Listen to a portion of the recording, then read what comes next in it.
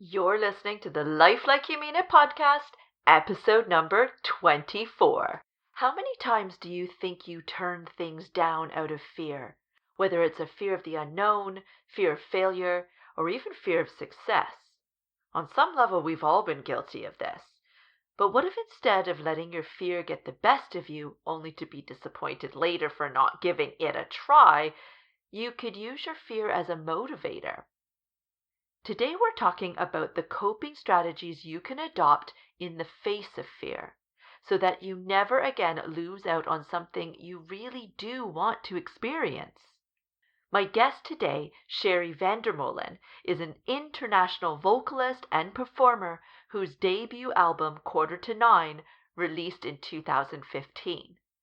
What started out as a duo evolved into a much more comprehensive music project, offering live entertainment in the form of a trio, a 6-piece, which is Quarter to Nine, and a 10-piece jazz ensemble called Swingline. Shari has performed at historic Broussards in New Orleans, as part of the International Jazz Safari to Cuba, and at several festivals. She also founded Jazz in the Sanctuary, a monthly concert series featuring music artists from my hometown, Hamilton. And despite her tremendous success in the field, she still deals with stage fright every single time she steps onto the stage. She's also one of my nearest and dearest friends, although no longer geographically speaking. Shari has developed coping strategies that work for her to overcome her fears during each performance. In a pivotal moment in her life when battling bone cancer, Shari decided that life's too short. During her battle with that cancer, she lost a promising career and a fiancé, not to mention her health. But she also gained something incredibly valuable. The desire to ensure fear never again stopped her from doing something she enjoys. You see, Shari was plagued with stage fright all through her younger years, and for a while she allowed that fear to influence her decisions on her career. She wanted to be a singer, but stage fright left her believing this was impossible. The cancer made her realize that this was an experience she wasn't willing to go without. So she developed a mantra: if I'm afraid of it, I have to do it. She's lived by those words ever since and created her singing career. And now she's here to share with you all the steps she takes, even to this day, despite all her success, to combat fear when it raises its head. Now, you may not be a performer yourself, but I know that you deal with that voice in your head that pops up in the face of fear. You know, the one that tells you can't or shouldn't do it because you're not good enough or smart enough. I know you have that voice because I have it too. We all do. The trick isn't to get rid of the voice. It's to find what works for you to allow that voice to motivate you instead of stopping you in your tracks. And that's exactly what Shari's here to teach you today. So, let's dive right in and let you meet my friend, Shari. You're listening to the Life Like You Mean It podcast, where we firmly believe that you and only you have the power to make the changes you seek in your life. Survivor of 10 years of child abuse, Lisa Sabanias, will help you to empower yourself to overcome your limitations in whatever form they take, to build the life you truly deserve. It's time to hear from fellow experts who know firsthand what building a successful and satisfying life because of our past experiences is like, and exactly what it takes to do it.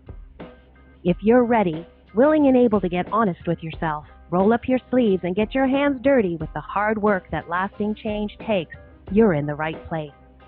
Here's your host, NLP practitioner, speaker, Reiki master, author, and chipaholic, Lisa Sabanias. It seems like mindset is a new buzzword these days, and for good reason. There are many things you need in order to be successful, whatever that means to you, and build the life that you deserve. This idea that you can be anything you want to be is a little misleading. Not everyone can be an astronaut, for example.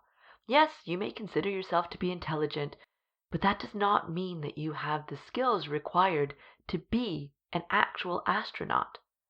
Now, you may be able to increase your skill level through education and training to walk down the path to becoming that astronaut. Or you can recognize that you also have many, many other skills. You are able to build an amazing life, do what you love, and be proud of who you have become. But there is a catch. It's not just skill sets that will get you there. You need to actually believe you deserve it. That is where your mindset comes in. It doesn't matter how many skills you have, how many people around you are supporting you, or how many resources you have at your disposal. If you do not believe you can do it and that you deserve it, you won't do it. Guaranteed. Now, if this has piqued your interest, maybe you're looking for help to shift your mindset. That can be harder than it appears with so much information on the internet. Where do you even start? Here, right now. I have a 3-step guide with workbook that will give you 3 main tools to use to shift your mindset, aligning you with the person you truly deserve to be, all for just £4. Go to lifelikeyoumeanit.com/mindset to get yours today. That's lifelikeyoumeanit.com/mindset. This link will also be in the show notes. And hello, Shari Vandermolen. Thank you so much for being on the show. Oh, I'm just so excited to have you here. Oh, it's great to be here. So for those of you that don't know, Shari and I have been friends for years. I actually don't even want to go back and think about how long we've been friends for, Shari, but it was a while. It's been like probably a good decade and some now. So we became friends back when I lived in Canada, and we actually met doing community theater, where we both had great roles in this production. And it was just a regular play. There was no musical involved in it whatsoever. And you and I became such fast friends. It was just one of those, every now and then you meet somebody and you just have so much in common. And it works, right? Yeah. Well, you're quite magnetic as well. And so are you. And so my first real experience with Shari is, you've got this presence to you, Shari. Like, I'm sure people can even tell that just by listening to your voice. You command the room. And yet back then, a good decade or so ago, you were not feeling the same way that you were portraying how you felt on the outside, right? When I would tell you how much confidence it looked like you had, you would be like, really? I don't feel like I'm confident at all. And the best example of this was as we were gearing up for the end of our production, there was an opportunity for you to go and audition for another theater group, another community theater in our region, but it was a musical. And I can't remember which one it was, but you wanted to audition for this piece. And you were absolutely terrified. You had yourself convinced that you wouldn't even get a role as like a background person because your singing voice was so bad. And I was like, surely that's not the case, Shari. Just sing me a little number for me. I'll let you know. I'll be honest. And you started to sing something, and I literally started to cry because your voice is so amazing. And I was also crying because this amazing woman who I had, fallen in love with as a dear friend didn't think or didn't know that she had such an incredible voice. And you went on to audition absolutely terrified, thinking you weren't going to get the part, but you were adamant that you wanted to go and try it, that you were, not going to let this fear get you down. And you got it. And it was like the lead role. And ever since then, your whole singing career has just skyrocketed. So tell us about that. Oh my goodness. Yeah, I know. I think it's nice actually to hear that story, because I didn't really remember that story. And, I am of that age now where I forget a lot. So back then, it's nice to see how far I've come, I think is first. I'm going to say that. Yeah, I've had a really, really hard time with all of that. Yeah, even it really started back in high school. I had a lot of stage fright, and it actually kept me from doing what I wanted to do. And I wanted to be a singer. That's what I always dreamed of being. And I started pursuing that educationally and all of that. You know how you pick how what courses you should focus on in Yeah. high school so that you can prep for getting to university, all that kind of stuff. And I auditioned for a musical in high school, and I completely froze on stage. And I was like, I guess this is not what I can do, and it was Oh quite crushing. no. And I did audition for a musical when I lived in Toronto before I moved to Hamilton, which is before I met you. And the audition process was also just a horrible nightmare. Oh Um, no. add everything up. They said there's a dance audition involved. There's always a dance audition involved, which also is a whole other story for a whole other podcast. But they said just bring shoes that make noise. I'm like, oh, okay. So I get to the audition and I've prepped everything, and everyone there has tap shoes on. Oh So I'm no. already, imagine the negative self-talk. Oh, Oh. wow, I'm so out of my league. What am I Oh even doing here? no. Right? Yeah. So I get up on stage, and I'm just shaking all over. Like I know you can't see me right now, but I'm doing Yeah. all the motions of shaking, and my stomach was just so tight and everything. And I did my little song and I did my monologue, and then they said, okay, now go wait in the hall. We'll have dance audition later. And the dance audition part, I've never danced. Did you take dance lessons when you were a kid? I didn't. Oh yeah, I I was a big dancer as a kid. I've got Okay. a similar story to you. I took all the dance was my big thing and the singing was my weakness. Okay. Well, lucky girl, I got some lessons. So here I am. I'm losing track. I also have this disability in my arm, from having cancer and all of that. And so I was feeling very inconspicuous, very awkward, very not knowing what I'm doing. Why? There's no point me even being here, to the point where I actually left the stage and just started Oh. walking out. And the lady who was attending the auditions started chasing me. Sherry, where are you going? Sherry. And I'm like storming. Oh I'm a no. big girl, long legs, and I was walking out of that thing like it Oh was happening. And so they stopped me and they said, well, there are non-dancing rules. you know why don't you just stick around and see what you can do? And I remember reading an audition book somewhere. The directors love it if you ask them what you they would like you to do. So I said, Right. okay, well, what do you think I should do? Would you like me to go back up there, or would you like me just to wait? And it's like, well, I'd really love it if you just go back up there and give it a try. Oh.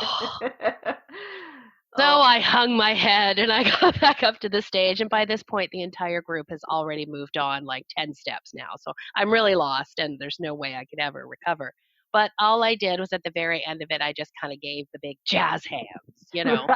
just to Yeah. show I'm here, And I ended up getting a role in that show. And no, it wasn't the lead in this particular case, but it was a nice little cameo part where you actually get to be a character, and people remembered me. And I did get at least that opportunity to be there. I was shocked when they called me for a role. I'm like, you have the right Sherry, right? Like, I'm the one that couldn't dance. You remember that? I'm jazz Um, hands. I'm the jazz hands girl. Come on. So that gave me at least a little bit of confidence, with the voice that made the audition, the acting that made the audition. Um, and at least I got sort of over that hump. But there were no strategies yet to get over that hump. That was just, I'm scared poopless, and I'm just Yeah. here and I'm shaking and what have you. So lucky that even worked out. Now fast forward years later, we've met and I've got to do this other audition. And still no strategies, really. Yeah. Other Yeah. than, having overcome that illness, um, the cancer, um, I really didn't want fear to stop me from doing something that I enjoyed doing anymore. Right. It just it couldn't be that way anymore. Yeah. Life was too short. I had a lot taken away from me when I got sick. I feel taken away. You know how Yeah. it is. Yeah, of course. I lost my fiance. I lost a really great career I was on track for. Everything stalled. And I thought, there is no way that I'm going to let just being afraid of something stop me from doing something. And I mean, I loved being on stage and singing in the rain. I Yeah. loved the camaraderie with all the actors and the performing and the oh my God, the applause. I mean, what other job in Yes, the world do you have where you get applauded at the end of what you do? Well, you did exactly. recently, but Yeah, yeah. yeah. So I that kind of became a little bit of a mantra for me is if I'm afraid of it, I have to do it. Now that's I'm not going to include jumping out of a plane in that. That's not. Right, I think right. that's a righteous fear. Yeah, That's yeah, warranted. exactly. Um, but my gosh, I mean, what can happen? What's the worst that can happen? Yeah, They don't cast me. Okay, well, I think that you compare that to cancer. That's nothing. not the You end of the know, world. Yeah, not the end of the world. So that was kind of the first thing. And when people were getting up to do karaoke again, they look like they're yeah, having a fantastic time. And I would even, be hesitant to get up and do karaoke. I think even you were there yeah. at one Oh, point when I was yeah. like not wanting to get up, and you guys were just like pushing me, pushing me, pushing me. And so Yeah, I did because I have to rely on my friends yeah, sometimes. And I think right. that's key is to have a support system that Yeah, knows where you struggle, yeah, and can be that, kind of poke in the back and get you up there. And I would get up there, and as a result, again, all these positive comments would come. And that I think you do that enough, you kind of push yourself out a little bit, yeah, you get that reward of the positive comment, whether it's applause, whether it's positive feedback on your presentation or what have you. It continues to build that confidence. yes. Now I still continue to struggle with stage fright. I Yeah, absolutely do. Um, but I've got now some ammunition, right, to yes, be able to use and say, okay, the last time I did this, it went really well. yeah, So, I want to take that risk again, and I still have that. Oh, I can feel that fear coming. yeah. I'm afraid of it. I got to do it. I got to do it. That's it. I'm not going to let fear stop me from doing this. I So, love it. And so much about this because I love the concept of, as soon as you experience the fear, you're like, well, now I've got to do yeah, it. Right. yeah. But I It almost understand. becomes a job. Yeah, exactly. But understanding the difference between a healthy fear and Mm, a fear that could potentially, so a healthy fear like, jumping out of the airplane, that fear is there because that could actually end your life yes. and not necessarily a risk you want to take. Whereas this kind of unrealistic fear of, especially compared to what you went through with having the bone cancer, it's it's nothing, right? To have that fear of getting on stage, you're right. In the grand scheme of things, what is the worst that could happen? Okay, people could laugh at you. You could not get the part. You could fall over on your way up. There's Mm, lots of things that could happen, but none of them mhm. would be anything like you going through cancer. And I'm sure a lot of people who are listening have, if they've not gone through something like cancer themselves, they've gone through something big in their Yeah, lives, right? it could be Something, abuse. yeah, it could be absolutely anything. Maybe Yeah. it's a major relationship breakdown. Like for everybody, it's all relative, isn't it? And that one Mhm. big thing that you've been able to get over and overcome, nothing else that touches you is going to come close to that. So I love that that's kind of your inspiration now. The cancer almost is the inspiration for you getting up and pushing yourself through this fear. But I also love how you're really saying that it doesn't go away. This isn't something that No. practice it enough, get up on stage enough, and you just suddenly don't have, stage fright or don't have that negative talk that goes on in your head. And that's one of the big things that I strive for with the podcast is for people to be able to hear different people's stories about whatever in life that they've had to overcome and realize that when we say overcome, we don't mean that you don't feel that anymore, that it's not an obstacle you face anymore, but that you've come up with some techniques that work for you to help you be able to do the thing despite whatever it is that's holding you back from doing the thing. Right? Yeah. Right? Yeah. So I really Exactly. love that. So how long, like I know that when you went and did that first show that I knew you with, where you got the lead, doing the musical, I know that shortly after that, you were in a conversation with somebody who is relatively big in our community theater world back there in Hamilton. And you were expressing concern again. There was another opportunity coming up. You were having obviously the jitters, the fear was coming in about whether or not you should audition. It was something bigger, and you were expressing to somebody about, oh, I'm not sure, I'm probably not going to get the part. I've never gone for singing lessons. And I remember that person telling you, and then you telling me, they said, yeah, but that's what makes you so special, Shari, because when you go and have singing lessons, you are taught to confine your voice into this kind of realm of what everybody else is doing. And your voice, part of the beauty of it is the fact that you don't confine yourself into that small space that everybody else is. And so that's a huge opportunity for you. Just shift the way you're looking at it. And you really ran with that thought that seemed at that time to really help you get over that hurdle of, oh, but I've never taken, private lessons or real tutoring from anybody special for my voice. Right. But you know what? That doesn't mean that my voice is not good. It doesn't mean that I'm not special in what I can offer. But I still remember all of the little steps that you made with all the different community theater work that you did. And then you started a band. You started going out and singing at different events and weddings and all this kind of stuff. And I remember the first year of you doing that type of thing, it was like every single gig that you got or every single show that you landed, you were like, really? Are you sure? Are you calling the right person? Right? So how much do you have to get this positive feedback back from people to be able to say, wait a second, people like what I've got to offer here? Right? Oh my gosh, that's funny.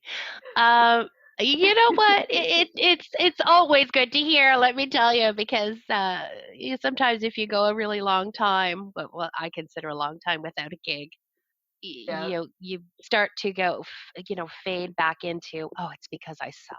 Yes. Yeah. Yeah. There's no middle ground for me for some reason. I don't know why that is. If they don't respond to my email, let's say I'm reaching out to a club, and listen, it happens. I'm not working every night.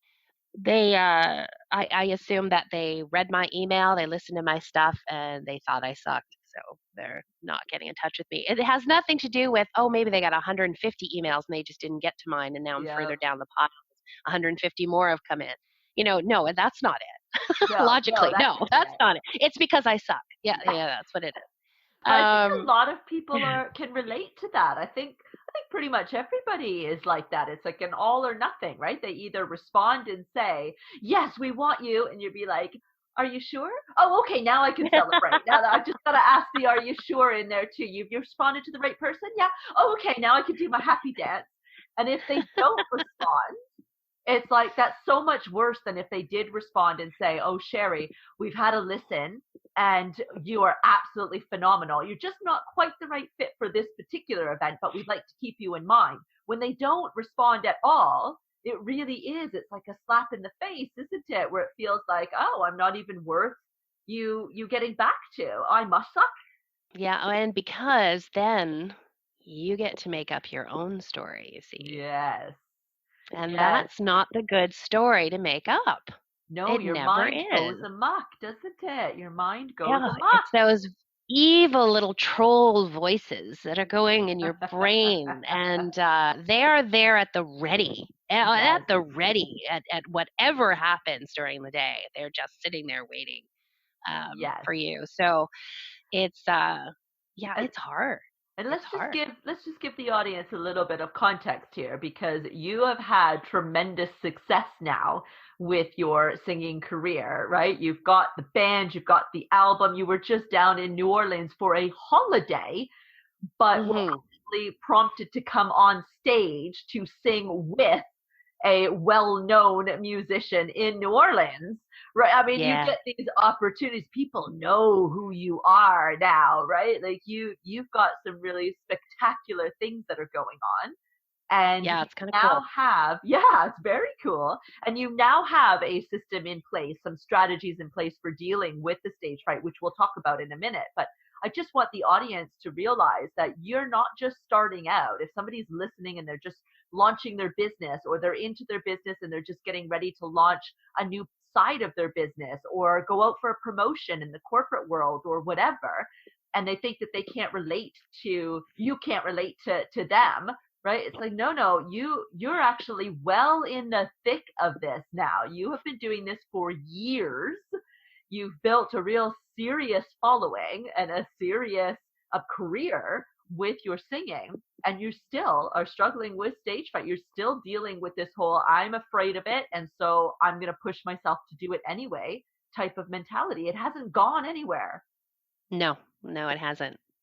It might just be a little less than before, Yes. but it is absolutely still there. It is. And do you think it's a little bit less than before just because you've had all of the previous experiences now, that you can even unconsciously look at and say, okay, well, all the other times I've pushed myself, I've actually, 9 out of 10, it turns out to be an amazing experience. So I'm safe. It's okay to go for this. Yeah, I think for sure, the more often you push yourself and the more often you see success after pushing yourself, the better it is. It's like having references when you go for a job or something like that. It really is. You Yeah. can draw on those to continue to give yourself the energy to propel forward. Yes. You really can. Yes. I know you said 9 out of 10 Yeah. times it's worked out. I can tell you that whenever I have taken a risk, whether it's work, personally, whether it's, in music or what have you, and said, and tried to push through that fear, I've had that kind of defining moment of no, no, I have to do it. Yeah. It has always worked out. Oh, yes. I guess it depends on what your definition of working out really is, because even if I get up there and I make a mistake, I still learned something. And I Yes. still grew for having pushed through the fear itself, because then that gives me Absolutely. more ammunition for next time. So Yeah. I, I say that to people when they're going for promotions as well. I said it is worth the risk to go for it, because at the end of it, even if you don't get the job, you have learned something and you have Yeah. grown through the process. Even if it's Exactly. practicing interviewing, whatever it is, you are going to gain something. So you really do need to do it. It's so true. And I always look at things when something scares me, right? And I'm at that kind of precipice moment. I always think about what would I regret more when I'm on my Mm, deathbed. And I know that mhm. that sounds really morbid, but I mean, we're all going to be there, right? So when it comes time for the end of my life, am I going to regret doing it because I maybe didn't get the job or get the, whatever it was I was going for? Or am I going to regret obviously never trying it, right? And every single time I'll definitely regret not giving it a try, whatever it is, whether it's business, Yep. personal, whatever, right? It always is that answer, right? So Yep. You bet. yeah, you've got to get real with yourself, right? Life is short, especially you going through the cancer. You know that better than anybody, right? And now you live with a disability because of the cancer. You had surgery that saved your life, which is amazing, but has left you with a disabled arm. And so that's a Yep. constant reminder for you every single day, isn't it? That life is too Yes. short, too short for this. Yeah. Yeah, yeah, it absolutely is. Yeah, All for right, sure. so let's not let anybody wait around any longer. Let's go through how you overcome your stage fright. So when you're in that moment and the fear is about to grip you, what is it that you do? What's your strategy, Shari? Okay, all right, here we go. Um, well, I'm gonna start with a little story, a very brief story. I was at a talk for work, and there was a gentleman there who was talking about leadership and confidence and things like that. And he talked about the voices. So again, we go through this, and this is one of the reasons why your podcast is great, is for people to understand that everybody experiences these voices, whatever Yes, these voices, in whatever shape they come, no matter how confident you are, they come. At yes, some point in your life, they're going to come. And the way that he described them is that your brain's job is to keep you safe and alive. yes, So when you are approaching something that has a bit of fear, whatever the trigger is that makes you, creates that little bit of anxiety, your brain is designed to feed you all this stuff. You're not good enough. Why are you thinking of doing that? You can't do that. You're not capable. All that stuff in order to stop you from doing it could be what you want to do, but you're just yeah, afraid because it's getting this fear response, right? yeah, That's happening inside. Now, I had never heard it quite put that way before. I mean, I kind of knew that, but I yeah, had never really heard it put that way before. So it really helped me to compartmentalize those voices into, oh, well, I'm clearly on the precipice of something, outside my comfort zone. yeah, This is my brain doing this for me. So that, over time and realizing, all the huge heavy lifting I had to do before, at least I'm able to compartmentalize those voices first and recognize when they're happening. So yes, I think self-awareness is important too. So this is not us saying this stuff about ourselves. yes, Really, it's yeah, not. It's not us being in a depressed moment. no, It's us being in a moment of anxiousness, whether it be for fear or excitement or what have you. And then these voices start to come as an auto response. yes. And if you can think about them that way, it's good. You're able to maybe not push them aside, but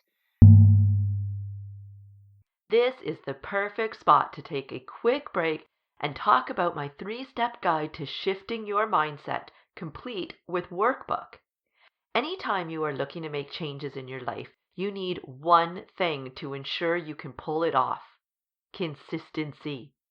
Of course, you need to have a clear target of what you are striving for and a plan to implement, but without consistency, you're dead in the water.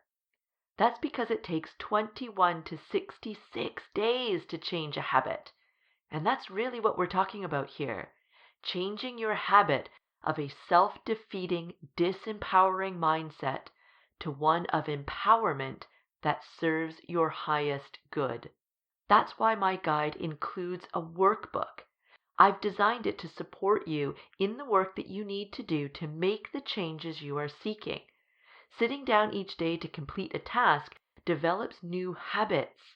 So if you're tired of coming up with a game plan only to be disappointed at never reaching it, and you're excited to explore the possibility that it might be the conversation in your own head that's holding you back, then this 4-pound guide with workbook is the perfect solution to empower you to shift your mindset and start building the life you truly deserve.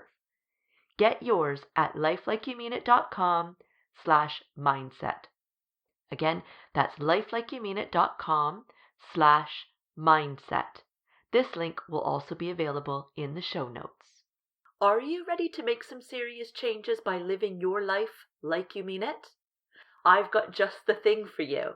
I've created a free 30-day challenge to help you transform your mindset and your emotional well-being. For 30 days, you'll receive a daily email packed with goodness. including a new mindset exercise for you to tackle, as well as fun things like meditations.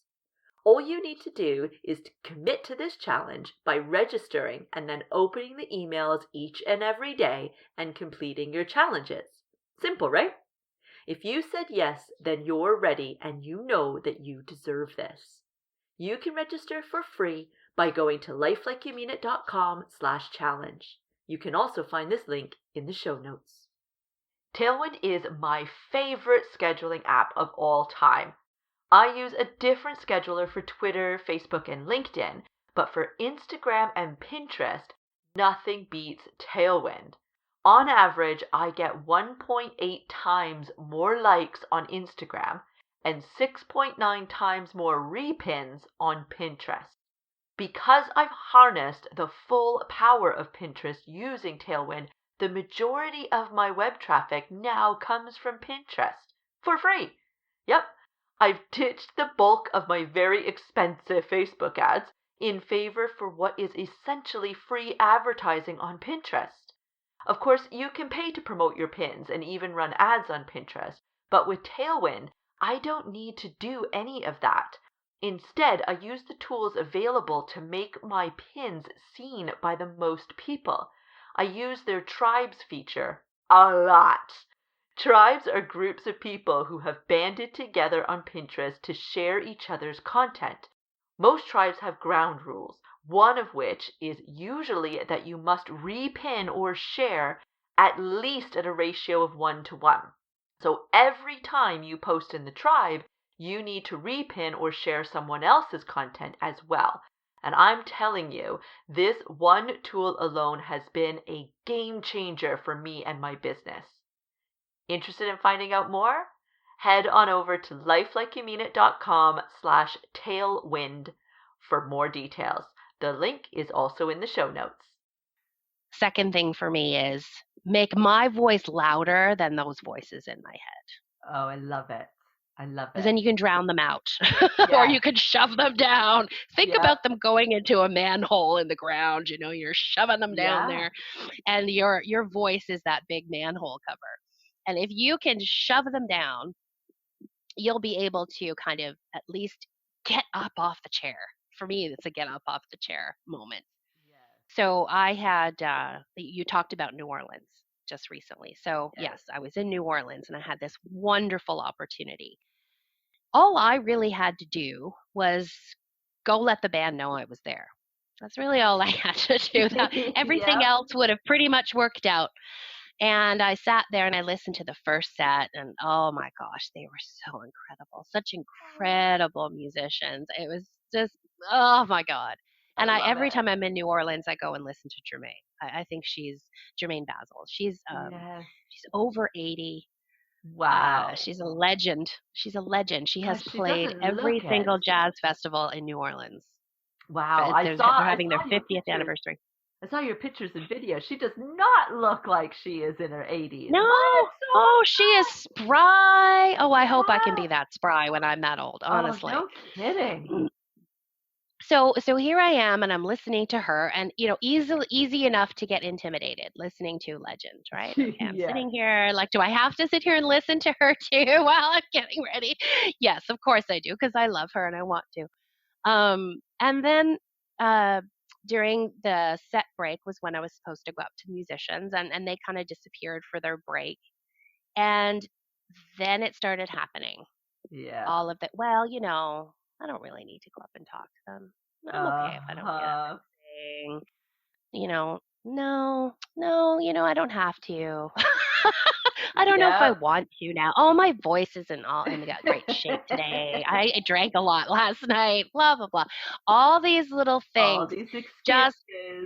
And I mean, at least they weren't, you suck. What are you doing? At least they weren't there. That is right? True. At least they weren't there.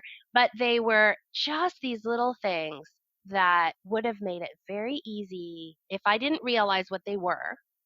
Yes. It's very easy just to sit there. Nah, I don't want to. I would have convinced myself I really didn't want to. But the thing is, I desperately wanted to. Yeah, exactly. I desperately wanted to. Playing with those musicians, they're the first call musicians in New Orleans. Like they are cream of the crop people. Yes. And so I know I really wanted to. So that awareness, recognize what is happening. I'm like, oh, there they are. There they are again on my little trip to New Orleans. How dare they? And so I was like, that's it. And I pushed myself up out of the chair. Okay, where are they? I got to find these guys. Like I had to do it like right now when I have the Yes. compulsion to go do it, right? Yeah. And just as I got up, they happened to walk in. So it was good timing. And I walked over to the stage and I went, "Hey, Simon, how are you doing?" Oh, walked over, gave me this big hug. And I mean, I've never hugged the guy before. So first of all, I was like, oh, okay, we're really friendly. This is good. This is happening. It put me at ease, though. This is happening. Yeah. People in New Orleans are so laid back, seriously. And then we had a little talk about what I've been up to, what he's been up to. And then he said, hey, do you want to sing?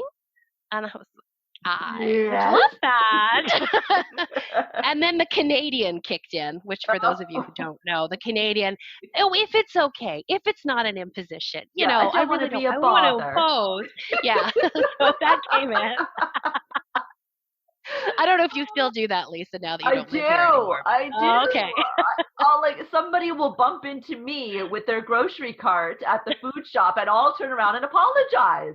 Look, I didn't do anything. I'm just standing here. Lisa, stop it. Stop being so I know you're right. It's crazy. I even joked about being Canadian. No, you can tell I'm Canadian. I'm apologizing before I have done anything. Exactly.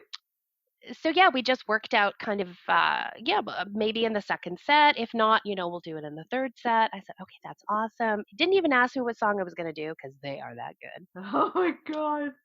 And then I went back and sat down, and then then the nerves start. The belly's going, and oh my God, oh my what God, have I done? Oh my God. Yeah. So listened to a few songs. They had another gal get up as a guest too, and she was really good. She was really good, and I'm like, oh, okay, well, it's good. I don't have to follow that. I'm sure Jermaine's going to get up now, and then they're like, oh, it's Shari. How about we get you up here right now? And I'm like, dang it. I got to follow that girl. Okay. So again, I didn't say, oh, maybe later. No, got up, went right up there. And yeah, I called my tune, told them the key, said, how about we do it in like a funk feel? What do you think? And they all their eyes were like, yeah, funk. Okay, let's do that. Because usually that song's not done that way. Yep. And so I tried to make it a little different. And that's the other thing too that over time I've been okay with doing is getting up with musicians I've never played with before and just assuming it's going to go okay. Yeah, that is crazy. That's pretty. I used to rehearse a song for a year, way back when. Yeah, I remember. Now it's okay. It's C minor, summertime. Let's do it with a funk feel. Do you want to vamp off the top? What are you going to do? And as I was trying to build my confidence by how I was talking with them as well. Yes. Fake it till you make it, baby. Fake it till you make it. Oh, you bet. That is huge. That is huge. And so yeah, it started, and I could tell I was just feeling a little shaky, but I exactly pulled out my faking it till you make it. I pulled out my actress, and I am just the most confident singer from Canada that you've ever heard. Yeah. And put that persona on and just nailed it. And it was awesome. Oh, yes. It was such a great experience, and the audience, I really wanted to give them a little, something from Canada, and they were really responsive to what I did. And it was again, that 10 out of 10, you got to get off there. I risked it. I got out there. I did it, and I was paid off with such a wonderful experience. So yeah, I'm still thinking about it. It was great. It was great. That's I'm amazing. really I excited. could tell you're reveling in it. Yeah. Yes. All right. So pretty good. The first thing that you're recommending is for people to really understand what it is that's happening and recognize it when it happens. Understand that this is really just your brain trying to keep you safe, but that it's unwarranted in this particular moment. This is not life and death. is this something that you are going to regret if you don't give it a try? What's really the worst that could happen here? Life is really too short to not give this a try, right? And then you've got a bit of that confidence in there building as well, like fake it till you make it. So put on that persona of, right? I mean, all of us have it. I mean, you and I obviously are actors as well, because that's how we met. But everybody has this other persona, right? Who is it that you are when your favorite tune comes on when you're in the car, driving along to a meeting or something that maybe you're a little bit nervous about, and then all of a sudden your favorite tune comes on and you are a rock star in the car, right? That's your Sasha Fierce, right? That is your version of your fierce alter ego that you put on. In this case, you look like you know what you're talking about, right? You look like you know that you have no worries or anxiety about it, even though you're shaking in your boots, right? Make it look the way that you want it to come across. Right? Yes, so for sure. And you also said about making your voice, making you, Shari, that voice so much louder than the voice that really isn't you, that is just that kind of unconscious need of your brain to keep you safe. So making and your whatever strategy, whatever voice that needs to be. I mean, in the beginning for me, it was that the voice that was louder was, I'm afraid of this, therefore I must do it. That was my mantra, right? Yeah. And over time, that has simply become, I am doing this because I want to have this experience. Yeah. Or it can be, I'm doing this because I made the commitment. It could be a commitment that you've made. It could be because it's your job. It could be, like I have to get up and public speak at work as well. And I get a little nervous with that too. I got to do the same thing, but this is my job. Yeah. And I also, if you can think about what you want to share through the experience too, is no, I want people to have this experience and I can be the one to bring it to them. Then you can almost try to, if you're talking about outcomes and results and what was the outcome that you want, you can make the outcome your voice as well. So however you can make that voice louder, whatever works for you in your personal situation, I love it. The other thing that I had learned over time too was a body posture thing. Ooh, yes. I learned this. I first heard this, and maybe I'd heard it prior to this as well, but it was through a book. But she was a keynote speaker at the time. It was Grace Killalay. I think that's how you say her name. It was a book called The Confidence Effect. And she talked about the Wonder Woman pose. And you've probably heard about this before, right? Oh, yes. That, it's not, sure, this is part of faking it till you make it, really, when you think about it, is if you do that posture, hands on your hips, with your fists on your hips, it actually changes your body chemistry. Yes.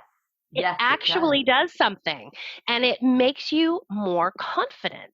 Like whatever that rush is, it can give you that feeling of confidence. And as I was getting up to this, getting up to the microphone, I had at least one hand on my hip while I was doing that. Yep. And it's funny, it just becomes so natural for me now. I didn't even notice until I was talking to you about the experience. I forgot I had one hand on my hip as I was reaching for the microphone so that I could, try to get that body chemistry, because I didn't have a chance to go and do it in private.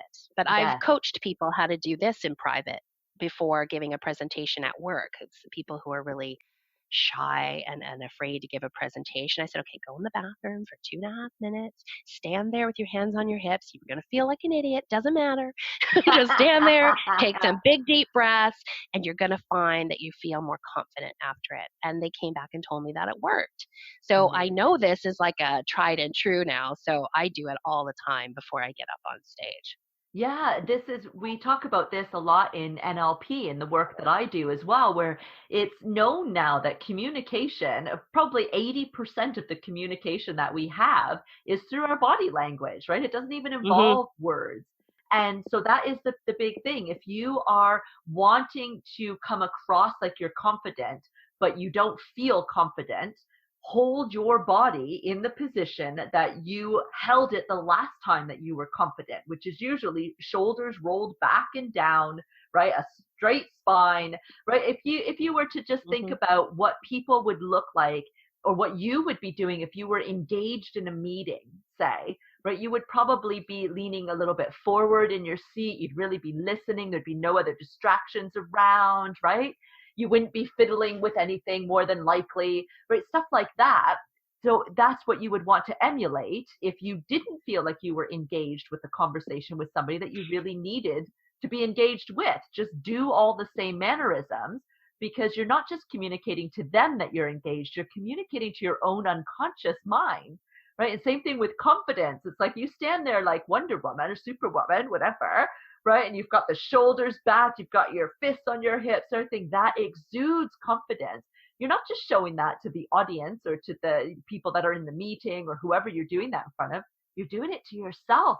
You're communicating to yourself that you're Mhm. confident. And the next thing you know, you start to speak more confidently, right? If you just really start to pay attention to your movements when you start walking around the room or when you grab the microphone or, whatever it is, and you do it specifically the way that you would do it if you were confident, the next thing you know, you don't even know when it happened, but you now are confident, Yeah. right? It's Yeah. incredible. Oh, I love It's it. it's an amazing trick It is or so strategy. simple. Yeah. It is. It's a little trick, isn't it? And it's Yeah. so simple to do. It really is so simple to do. Oh, I love that. And I think that we should probably just remind people as well, like all of these strategies that you would have, started to learn with were processes that worked for you along the way as you were going, that they didn't necessarily have to be major things that you could practice them with, right? When you first started to say, okay, I'm feeling fearful of this, I'm going to do it anyways.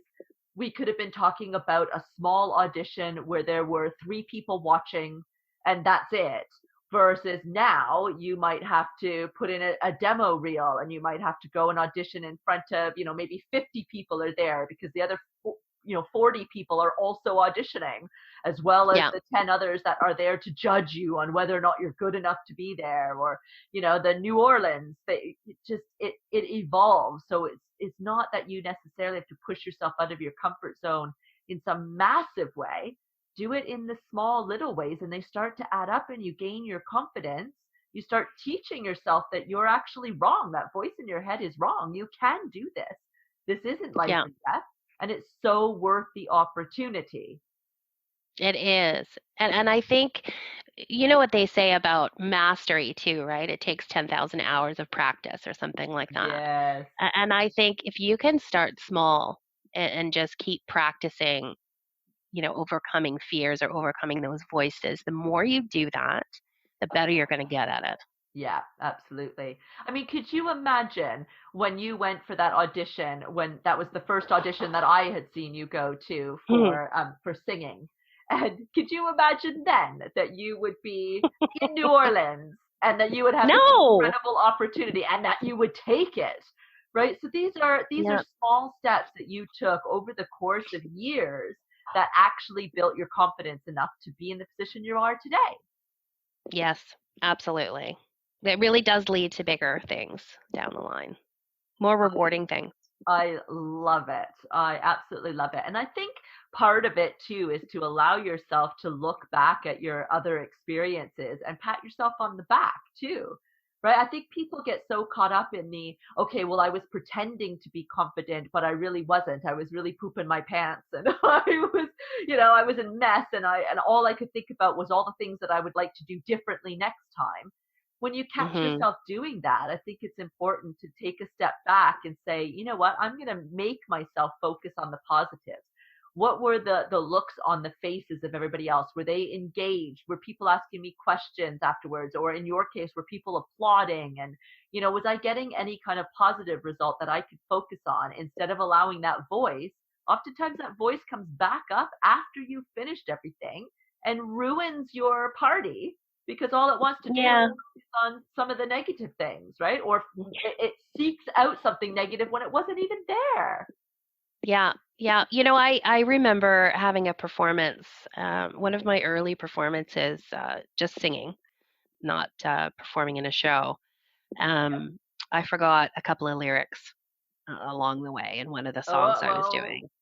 And I swear my head tortured myself for the next 3 to 4 songs until we took a break. oh God. And I felt, so I felt then I wasn't in the performance for those last 3 to 4 songs. Like, Yes. I think part of what people like when they come to see me is that I perform the songs. I don't just sing them.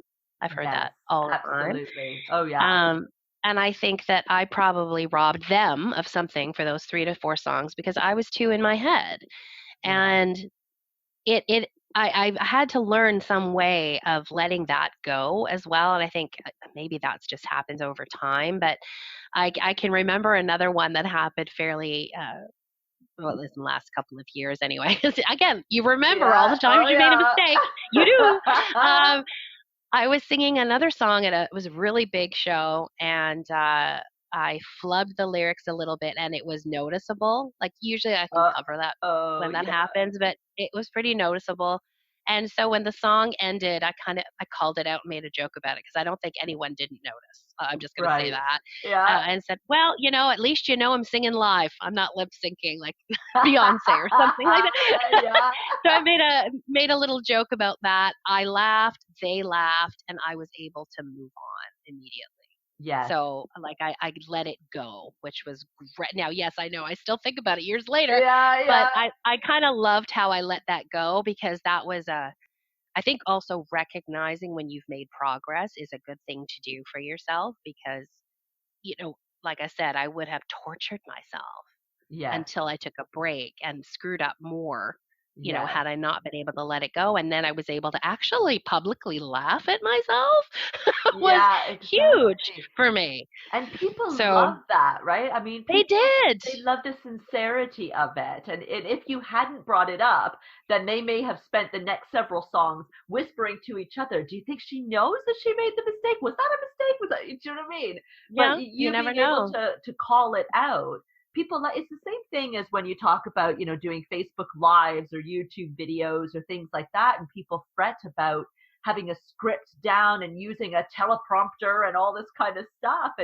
And there's so many experts out there that say if you need to do that for you, then go ahead and do that, but your audience doesn't need you to do that, because unless you're giving some sort of professional talk at work, right, where things have to be very, very specific, that's what people are tuning in to see you for. They're seeing the realism that's there, and people make mistakes, even professionals who are up there Yeah. singing a song they've rehearsed a million times and have sung a million times. You make a mistake, and you know what? That's human. That is Yes. normal, right? And people find that endearing because they also make mistakes, right? Yeah. Well, I think that before that particular performance, I had seen Adele doing a concert. I think it was the televised concert that she did for her latest album. And she made a mistake and she started the song over. Oh, And she says, wow, "Oh," yeah. and of course, I'm not going to swear, but she swore. She goes, "Oh, well, I kind of that one up, and we're just going to Right. start that again because we can." And she looked around, and so they started it again. And I thought, "Oh my God, if she can do it, Yeah, yeah, exactly. surely, you She's know, Miss." Adele. Yeah, I mean, I'm like, okay, well, that I loved how she handled it, and it's good for you to see other people be fallible sometimes. Yes, absolutely. Because this search Absolutely. for perfection, I mean, that's a whole other topic for you Well, sometimes. This it is. constant search for perfection, and why do we feel we need to be perfect all the Yeah, time? exactly. Like, exactly. I could go on for days about that topic, let me tell you. But Not I love your tips. They're so down to earth and tangible, right? So how can people find out more about you, Shari? Oh, well, I do have a website. It's www.q29.ca. So it is a Canadian website. Yes, it is. And that's really stands for quarter to nine, which was my first Yeah. band. So Q29. And you could, if you want to follow me on Instagram, I'm at Shari XB on Instagram. So that's SHARIXB. Love it. I love Instagram. And of course, for all of the listeners, you don't have to run out and grab a pen and paper or remember that till you get to your phone or computer or whatever. I will put all of the links in the show notes so you can find Shari. You can stalk her on social media all you like, find out about her next gigs and everything so that you could be a proper fan of Shari Vandermolen. I forgot to mention you could also find me on iTunes or Spotify. Oh, yes. You got to get that in there. I mean, that's so cool, right? You're on iTunes and Spotify. Woohoo! Oh, great. I so love chatting with you, and I'm so glad that you decided to come on the show because so many people can relate, whether they are performers themselves or they can just relate in any other capacity, because you're right, this voice is something we all deal with. It's there for all of us. It's called the ego, right? And we all have it. So even people who are quite successful, who, look like they exude confidence, they still have their own tactics that they have to put in place in order to deal with this type of language that they start to use with themselves and that fear that comes out. So these are just some more amazing examples of how you can do that for yourself and do it as an experiment. Next time that you feel that you are, a little bit scared of doing something, try one of Shari's tactics out and see where it gets you. I love it. So thank you so much, Shari, for being on the show. Well, thanks for having me. It's been a joy to chat with you. Okay, I know Shari is my dear friend, so you could consider me biased, but wow, was that a great episode. Shari hit on so many points that I believe are vital here. I think it is so important that people realize that when we speak of overcoming something, anything, we don't necessarily mean that we're eliminating it altogether. Most times, whatever the thing is, it remains. We just develop strategies to overcome it in the moment so that it no longer holds us back. Shari still deals with stage fright. She still gets that voice in her head telling her she can't do it. She still attempts to make excuses to get out of doing something that is uncomfortable and risky, but at the same time, something she really wants to experience. She's just developed the coping techniques that she can use to make sure that she doesn't fall trap to that voice and those excuses. Awareness really is the key here. Being aware that you are using that negative language and those excuses, that they are coming from a need for your brain to protect you. It's a programming thing. Those words are not yours and you don't have to listen to them. You do need to recognize when they happen and understand why they're happening, and then decide whether they are warranted. Is this fear healthy? As in, are you considering doing something that will put your life in jeopardy? Or is this fear not of the life and death variety, but of a keep your ego safe variety? With that kind of awareness, everything changes. I also love how Shari compares her fear with what she faced in her hardest time in life, the cancer. When in doubt, every time she thinks about the risk involved of what she possibly could lose if this decision she's trying to make doesn't work out, it never stacks up to what she faced with cancer. You may not have had a health scare like that, but I'm willing to bet that you have your own life-altering story you could reflect upon, whether it's a relationship breakdown, abuse or neglect, the loss of a loved one. These life events are all relative. What one person can easily cope with is a life-altering experience for another.